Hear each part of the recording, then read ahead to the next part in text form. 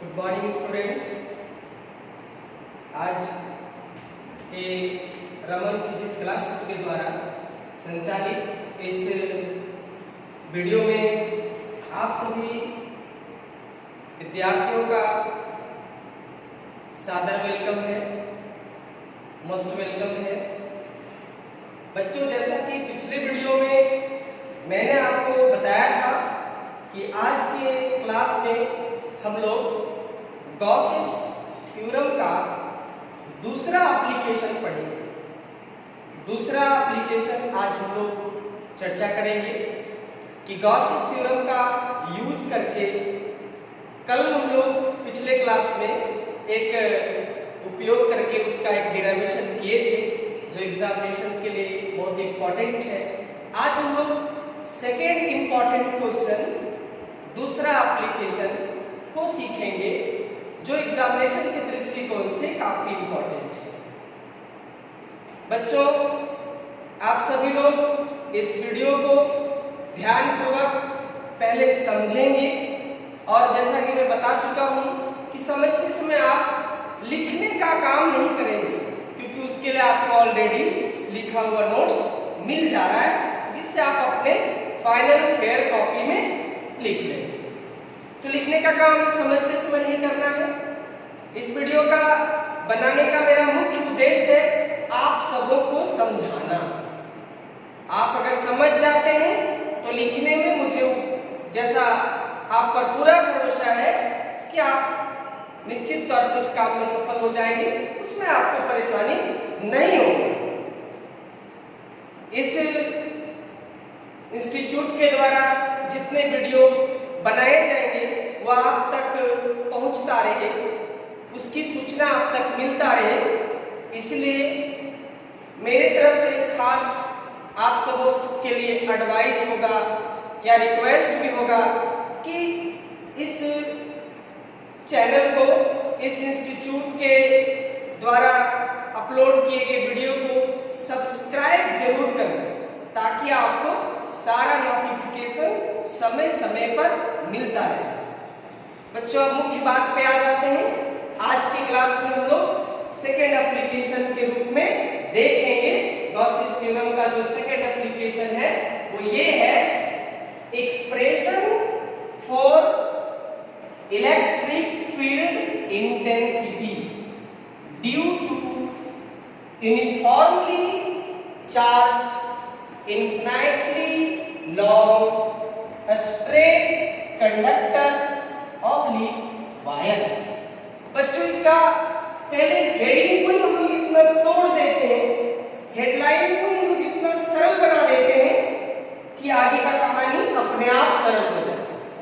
ये कहना चाहता है कि एक वायर है, एक कंडक्टर है जो इनफाइनाइट लेंथ का है, इनफाइनाइट लेंथ का। बच्चों, हम लोग अगर ड्रॉ करने की बात करें, छापने की बात करें, फिगर बनाने की बात करें तो इनफाइनाइट लेंथ का कोई भी कंडक्टर हम लोग नहीं ड्रॉ कर सकते, क्योंकि वो काफी लंबा होता है जो हम लोग केवल सोच सकते हैं, उसको हम लोग छाप नहीं सकते। तो फिर हम लोग ऐसी परिस्थिति में एक इनफाइनाइट लेंथ के कंडक्टर का एक छोटा सा टुकड़ा बनाते हैं।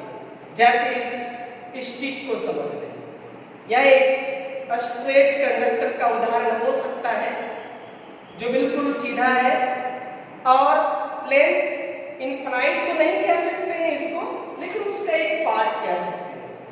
कहता है इस कंडक्टर के ऊपर इलेक्ट्रिक चार्ज को एक समान तरीके से डिस्ट्रीब्यूट कर देना है, इस पर चार्जेस को फैला देना है और इसके कारण, इस कंडक्टर के कारण, इस वायर के कारण कुछ दूरी पर यहां से कुछ दूरी पर इस तरह का कुछ डिस्टेंस ले लें, कुछ डिस्टेंस पर जा करके हम सबों को इलेक्ट्रिक फील्ड इंटेंसिटी का फॉर्मूला ज्ञात करना, उसको डिराइव करना, और हम लोग के लिए बहुत इंपॉर्टेंट क्वेश्चन होगा।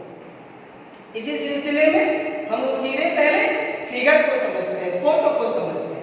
जैसा कि आपको फोटो में दिख रहा है कि मैंने एक कंडक्टर छापा जो इनफाइनाइट लेंथ का नहीं हो सकता है, जबकि हेडिंग कहता है इनफाइनाइट लेंथ का होना चाहिए, तो हम लोग तो छाप नहीं सकते उसको, तो उसका एक टुकड़ा मैंने छाप दिया। जैसा डिफिनेशन के मुताबिक, हेडिंग के मुताबिक मैंने इस पर चार्ज को डिस्ट्रीब्यूट कर दिया, चार्ज को डिस्ट्रीब्यूट कर दिया। टोटल इलेक्ट्रिक चार्ज इसमें Q है, Q पूरे इस कंडक्टर पर टोटल चार्ज Q है प्लस Q।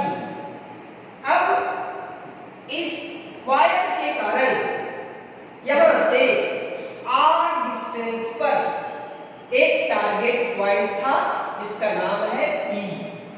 इसी टारगेट पॉइंट पर हम सबों को इलेक्ट्रिक फील्ड इंटेंसिटी ज्ञात करना है। ये हम लोग को टारगेट मिल गया। अब हम लोग जो भी प्रयास करेंगे वो इस टारगेट को पूरा करने के लिए करेंगे। तो इस बिंदु पर हम लोग को इलेक्ट्रिक फील्ड इंटेंसिटी ज्ञात करना है। अब इंटेंसिटी को ज्ञात करने के लिए जैसा हम लोग पहले से जान चुके हैं, जैसा हम लोग पहले से पढ़ चुके हैं कि इस वायर के चारों तरफ हम लोगों को एक बंद सरफेस खींचना पड़ता है, बंद सरफेस। तो बच्चों चूंकि एक लंबा वस्तु है तो यहाँ पर हम लोग जो बंद सरफेस खींचेंगे वो किस आकृति का होगा ये भी समझना बहुत इंपॉर्टेंट है, ये भी समझना बहुत जरूरी है। इसलिए उस पर भी हम लोगों को बात करनी चाहिए, क्योंकि पिछले क्लास में स्फेरिकल बॉडी था तो उसके चारों तरफ हम लोग स्फेरिकल क्लोज सरफेस बनाए थे, लेकिन आज हम लोगों के पास एक लंबा वस्तु है, इसलिए इसके चारों तरफ क्लोज सरफेस के रूप में हम लोग स्फेरिकल सरफेस नहीं ड्रॉ कर सकते। इसलिए इसके शेप के अनुसार, इसके आकृति के अनुसार हम लोगों को इसके चारों तरफ एक बेलनाकार सिलिंड्रिकल सरफेस खींचना चाहिए जो इसके लिए बिल्कुल फिट होगा, प्रॉपर होगा, सुटेबल। और उसी सिलसिले में मैंने इसके चारों तरफ एक डॉट डॉट के माध्यम से एक सिलिंड्रिकल क्लोज सरफेस को ड्रॉ किया जिसको हम लोग गॉसियन सरफेस कहते हैं। हम लोग इसी का नाम कहेंगे गॉसियन सरफेस। यही जो हमारा क्लोज सरफेस बना इसी को बोलेंगे गॉसियन सरफेस। अब गॉसियन सरफेस भी बनकर तैयार हो गया। बच्चों यह टॉपिक, यह जो क्वेश्चन है वो बहुत इंपॉर्टेंट है। अक्सर यहाँ पर विद्यार्थी कंफ्यूज करते हैं, इसलिए मैं आपको इसको विस्तार से समझाना चाहता हूँ पूरा डिटेल से। ये रहा गॉसियन सरफेस जो सिलेंडर के रूप में। अब इस सिलेंडर पर हम लोगों को चर्चा करना है, इस सिलेंडर पर बातचीत करना है। सिलेंडर पर क्या बात करेंगे? तो कोई भी सिलेंडर को अगर हम उदाहरण ले ले तो सिलेंडर के पास तीन तरह का सरफेस होता है, तीन तरह का। एक इसका टॉप, एक इसका लंबा वाला भाग और एक इसका बॉटम। उसी के अनुसार मैंने इसके टॉप वाले भाग को फर्स्ट सरफेस का नाम दिया, लंबा वाला पोर्शन को सेकेंड सरफेस का नाम दिया और नीचे बॉटम वाला सरफेस को थर्ड सरफेस का नाम दिया।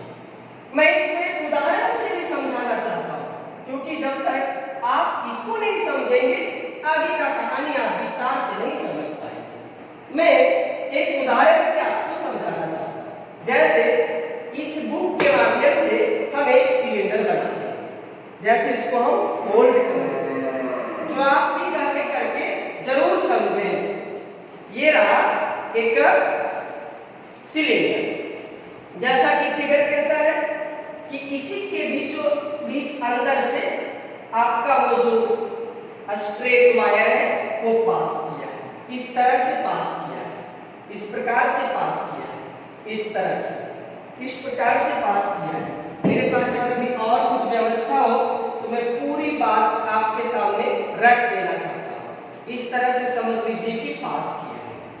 अब सोच लो ये रहा आपका स्ट्रेट वायर जो सीधा क्रॉस करके ऊपर चला गया और इसी के चारों तरफ ये रहा सिलिंड्रिकल सरफेस। जैसा कि आप इस रियल फोटो में देखें कि सिलिंड्रिकल सरफेस में तीन तरह का सरफेस, तीन तरह का सतह किस प्रकार से होगा, तो मैं उसको बता दूं कि तीन तरह का सरफेस किसको किसको मैंने कहा। तो देखिए बच्चों, ये रहा फर्स्ट सरफेस, फर्स्ट, और ये लंबा वाला पोर्शन इसको हम बताना चाह रहे हैं, ये आपका ये रहा सेकेंड सरफेस, और ये बॉटम थर्ड सरफेस। आगे चलकर आपको इसका क्षेत्रफल का भी जरूरत पड़ेगा, तो चूंकि ये टॉप वाला पार्ट चूंकि सर्कल के रूप में होता है इसलिए इसका टोटल क्षेत्रफल पाई आर स्क्वायर, क्या होगा, पाई आर स्क्वायर। नीचे जो थर्ड सरफेस है इसका टोटल क्षेत्रफल पाई आर स्क्वायर होगा, और इसका लंबा वाला का क्षेत्रफल 2 पाई आर एच, 2 पाई आर एच होगा, जहां h इसका अपना हाइट हो, अपना ऊंचाई है। तो जो मैंने बताया क्षेत्रफल, इसका बताया पाई आर स्क्वायर, इसका बताया पाई आर स्क्वायर, और इसका बताया 2 पाई आर एच। इसकी आवश्यकता आगे पड़ेगी, मैं अभी आपके ध्यान में डाल दिया। जब इसको लिखेंगे तो आपको इसको रिमाइंड करना पड़ेगा ताकि वहां पर आप बहुत आसानी से डील कर सकें और समझ सकें। अब बच्चों ये फोटो को मैंने यहां तक पहुंचा दिया। अब तीनों सरफेस पर हम लोगों को एक एक ठो एरिया वेक्टर खींचना है। एरिया वेक्टर से आप परिचित हैं, पहले आपको हम फर्स्ट सरफेस पर एरिया वेक्टर खींचकर दिखाते हैं। फर्स्ट सरफेस पर एरिया वेक्टर इस कलम को हम कह सकते हैं क्योंकि सतह से परपेंडिकुलर होना चाहिए और बाहर की तरफ जाना चाहिए, तो उसके अनुसार तो इसको होना चाहिए। अगर हम लोग सेकेंड सरफेस पर एरिया वेक्टर देखें तो इस प्रकार से होना चाहिए। अगर हम लोग थर्ड सरफेस पर एरिया वेक्टर देखें तो उसके लिए इस प्रकार से होना चाहिए। ये रहा तीन सरफेस पर तीन तरह का एरिया वेक्टर, जिसको हम फिगर में भी दिखाए। ये रहा फर्स्ट सरफेस का एरिया वेक्टर, ये रहा सेकेंड सरफेस का एरिया वेक्टर, और ये रहा थर्ड सरफेस का एरिया वेक्टर। चालाक बच्चे, बुद्धिमान बच्चे हर दृष्टिकोण से तैयार रहते हैं। जब इसको आप ड्रॉ कर दिए तो जरा इसको इलेक्ट्रिक फील्ड के साथ मिला के देखिए, तो दोनों के बीच का जो कोण है वो 90 डिग्री मिला। इस पर बात करें थर्ड सरफेस पर, तो दोनों के बीच का कोण 90 डिग्री मिला, और इसके और इसके बीच की बात करें तो कोण मिला आपको 0 डिग्री, जो कि आगे चलकर के आपको लिखना पड़ेगा। आगे चलकर आपको इसको इस्तेमाल करना पड़ेगा, यूज करना पड़ेगा। तो अब चले इसके जोड़ घटाव पर, इसके कैलकुलेशन पर बात करते हैं। अब कैलकुलेशन को समझना बहुत ही आसान है क्योंकि आपने फिगर को समझ पाया। कहता है consider N uniformly charged infinitely long a straight wire having charge per unit length. यहां पर एक नया चीज आ गया, चार्ज पर यूनिट लेंथ, मतलब एक लंबाई में कितना चार्ज है। तो बच्चों इसमें लिखा हुआ है कि एक लंबाई में लैम्डा चार्ज है, एक लंबाई में लैम्डा चार्ज है। अब कहता है वी ड्रॉ, हम लोगों ने ड्रॉ किया, जैसा कि अभी आपको ड्रॉ करके समझाएंगे, a closed cylindrical surface enclosing the wire passing through point P. P हमारा टारगेट पॉइंट है। लेंथ L, इस सिलेंडर का लंबाई L है। बेस रेडियस, आधार का त्रिज्या R के बराबर है। इज कॉल्ड, उसे कहते हैं गॉसियन सरफेस।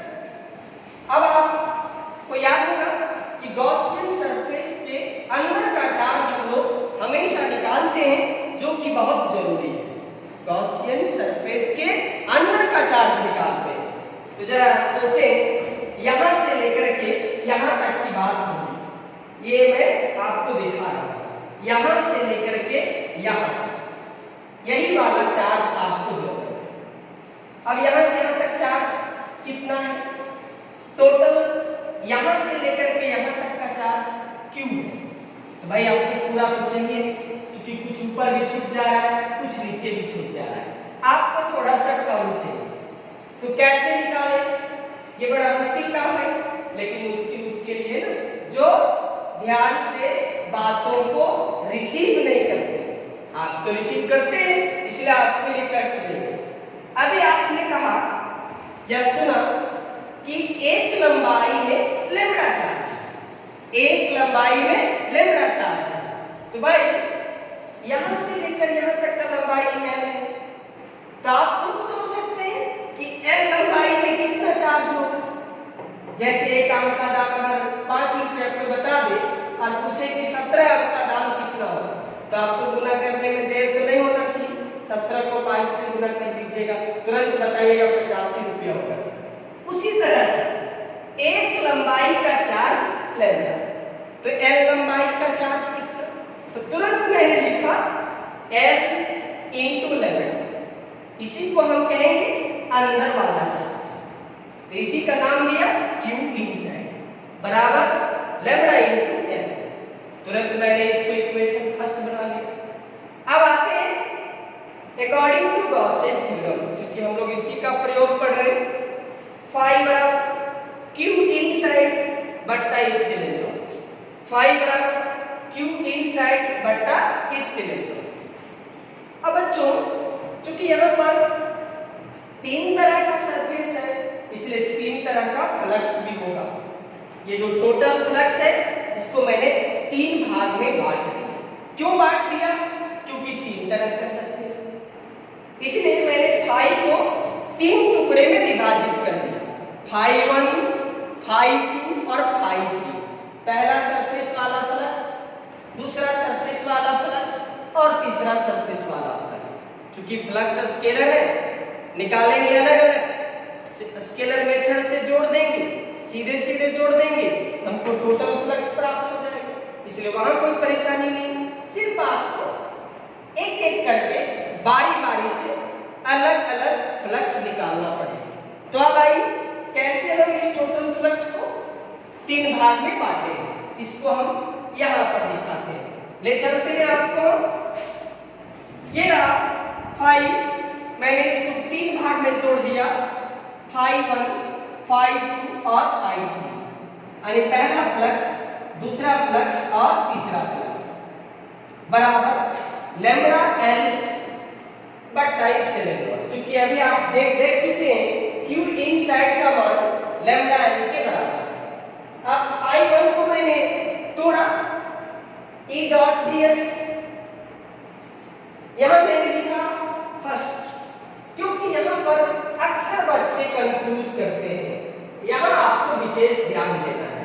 क्योंकि ये फाई 1 जो होगा ये केवल पहला सरफेस का फ्लक्स होगा, फर्स्ट सरफेस का होगा, इसलिए आपको इसको समझने के लिए फर्स्ट सरफेस पर ही ध्यान रखना पड़ेगा। Phi 2 E dot ds second लिख दिया, मतलब ये वाला फ्लक्स आपको सेकेंड सरफेस पर मिलेगा और उसी पर आपको सोचना है। Phi 3 E dot ds third surface, इसके लिए आपको थर्ड सरफेस पर सोचना है, बाकी राइट साइड को जीरो को त्यों लेके चलना है। अब ये बड़ा खास बात है, इस स्टेप के बाद इस स्टेप पर जाना सबसे खास बात है। यहाँ पर अच्छे विद्यार्थी कंफ्यूज करते हैं, लेकिन आपको कंफ्यूज नहीं करना है, क्योंकि बहुत स्लोली धीरे धीरे मैं आपको समझा दूंगा। सरफेस इंटीग्रल फर्स्ट लिख दी, क्योंकि जब भी हम इसको सोचेंगे तो मेरा पूरा ध्यान फर्स्ट सरफेस, फोटो के फर्स्ट सरफेस पर होगा। E का मॉडुलस, ds का मॉडुलस, और दोनों के बीच का एंगल चाहिए। तो बच्चों आपको हम दिखा चुके हैं फोटो में कि फर्स्ट सरफेस पर आप जब जाएंगे तो E वेक्टर और ds वेक्टर के बीच का कोण 90 डिग्री है, इसीलिए मैंने cos 90 लिखा।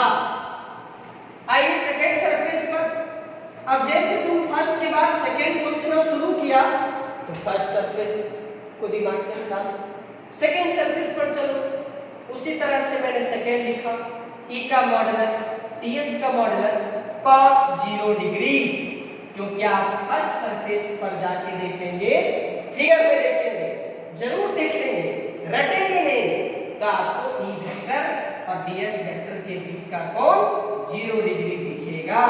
और उसको नहीं दिखेगा जो नहीं देखेगा या जिसके दृष्टि में दोष होगा। अब आइए तीसरा सरफेस की बात करें। थर्ड सरफेस पर मैंने थर्ड सरफेस लिख दिया, ई का मॉडुलस डीएस का modulus cos 0 degree. Sorry, cos 0 degree नहीं होगा, यहाँ cos 90 डिग्री होगा, क्योंकि आप थर्ड सरफेस पर जाके बात करेंगे जो सिलेंडर के निचला भाग की बात कर रहे हैं। तो यहाँ पर एरिया वेक्टर और इलेक्ट्रिक फील्ड के बीच का कोण 90 डिग्री होगा, इसलिए मैंने cos 90 पुट कर दिया। अब इसके आगे का स्टेप बहुत आसान है। ये रहा आपका cos 90 का मान 0 और 0 से जो टकराएगा पूरा 0 हो जाएगा। cos 0 का मान 1 होता है, इसलिए इसको जीव करके उतार दिए। cos 90 का मान 0 होता है, इसलिए पूरा 0 हो गया, बाकी राइट साइड जीव का क्यों चलता जा रहा है। अब दो सरफेस का कहानी समाप्त हो गया, दो सरफेस का फ्लक्स 0 हो गया। अब मेरे पास केवल सेकेंड सरफेस का फ्लक्स बचा, तो दो सरफेस का कहानी पूरी तरह से एंड कर गया। सेकेंड सरफेस को लेके बढ़े, ई को बाहर कर दिए, सरफेस इंटीग्रल ds बचा। सेकेंड सरफेस ये बहुत इंपॉर्टेंट है कि आपको सेकेंड सरफेस को ही बचाना है। फर्स्ट और थर्ड खत्म हो गया तो आपको सेकेंड को ही सोचना है, बराबर लैम्डा l बट्टा एप्सिलॉन नॉट। बच्चों, मैंने आपको थोड़ा देर के लिए अभी कुछ देर पहले आपको फिगर में ना करके एग्जाम्पल से समझाया था कि फर्स्ट सेकेंड थर्ड सरफेस कौन कौन है। ये फर्स्ट, ये सेकेंड और ये थर्ड। भाई इसका फ्लक्स खत्म हो गया, इसका फ्लक्स खत्म हो गया, इसका एरिया आपको जरूरत है, इसलिए इसका एरिया आपको जरूरत नहीं पड़ा, इसका एरिया जरूरत नहीं पड़ा, इसका एरिया की आवश्यकता है। तो अभी थोड़ा देर पहले कह रहे थे इसका होता है पाई आर स्क्वायर, इसका होता है पाई आर स्क्वायर और इसका होता है 2 पाई आर एच। तो इसको आपको नहीं लिखना है क्योंकि इसका जरूरत नहीं पड़ा, इसको नहीं लिखना है क्योंकि इसका जरूरत नहीं पड़ा। इसका है 2 पाई आर एच, जहां एच इसका हाइट है। हम लोग अपने फिगर में इसके हाइट को एल से दर्शाए थे, तब हमारा फॉर्मूला हो गया 2 पाई आर एल। एल से एल का दिन खराब था, आज कैंसिल हो गया, अब बच गया ई इंटू 2 पाई आर। ई को मैंने यहाँ रखा, 2 पाई आर को नीचे ले गया और इस प्रकार से एक फॉर्मूला हमें प्राप्त हो गया। इसको और सुंदर बनाने के लिए मैंने एप्सिलॉन नॉट को 2 पाई के साथ मिला दिया, आर को बदल कर दिया, तो मेरा फॉर्मूला यहाँ पहुंच गया। ये रहा आपका फाइनल फॉर्मूला। परीक्षा में आता है तो हम लोग यही तक लिखेंगे, लेकिन चूंकि जमाना न्यूमेरिकल्स का है, जमाना चूंकि ऑब्जेक्टिव का है, इसलिए हमें काम करना ही चाहिए उस लेवल तक जिस लेवल में हम सफलता पा सकते हैं। लैम्डा बट्टा 2 पाई एप्सिलॉन नॉट, ये पूरा कांस्टेंट है। कांस्टेंट को बराबर के साथ उड़ा देंगे तो प्रोपोर्शनल मिलेगा, E proportional to 1 by r। ये ऑब्जेक्टिव के लिए इंपॉर्टेंट है। अब ऑब्जेक्टिव का चर्चा करें और न्यूमेरिकल के लिए ट्रिक्स ना बनावे तो न्यूमेरिकल सुसाइड भी कर सकता है, नाराज हो जाएगा, इसलिए उस पर भी बात करें। तो मेरा दिमाग वहां तक पहुंचा कि मैंने इसमें 2 और 2 से नीचे ऊपर गुना भाग कर दिया। इमर्जी से मेरा अपना मन किया इसका क्या फायदा हो दिख जाए, ऊपर वाला 2 को मिला दिया, नीचे वाला 2 को गुना कर दिया, तो नीचे हो गया 4 पाई एप्सिलॉन नॉट। आपको याद होगा 1/4 पाई एप्सिलॉन नॉट जिसको घेरे हैं, इसका मान होता है 9 × 10⁻⁹ और इसको सूचित करते हैं k से। मैंने तुरंत कूलम्ब्स कांस्टेंट को रख दिया k। अब इसको सजा के लिख दिया E बराबर 2k लैम्ब्डा बट्टा r। मैं आपको याद दिला दूं प्यारे विद्यार्थियों कि इस बार 2020 में जो परीक्षा हुआ उस पर एक न्यूमेरिकल इसी पर पूछा। उसमें E का मान दिया हुआ था, R का मान दिया हुआ था, K का मान हम लोग पहले से जानते हैं, लैम्ब्डा का मान पूछा था। जो बच्चे इस ट्रिक्स पर बैठाए उसको 2 मिनट से कम लगा और सॉल्व करके उसको आंसर तक पहुंचा दिया।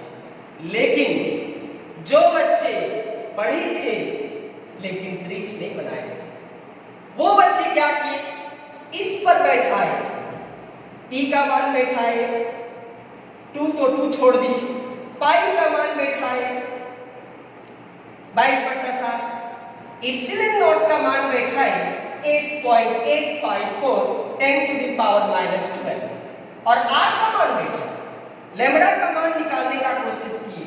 निकाले तो जरूर लेकिन उनका समय इतना ज्यादा लग गया, उनका कैलकुलेशन इतना लेंथी हो गया कि कुछ बच्चे तो आधे रास्ते में छोड़ दिए। इसलिए सवाल कम समय में कैसे बनाए, इस पर भी हम लोग को बात करना चाहिए।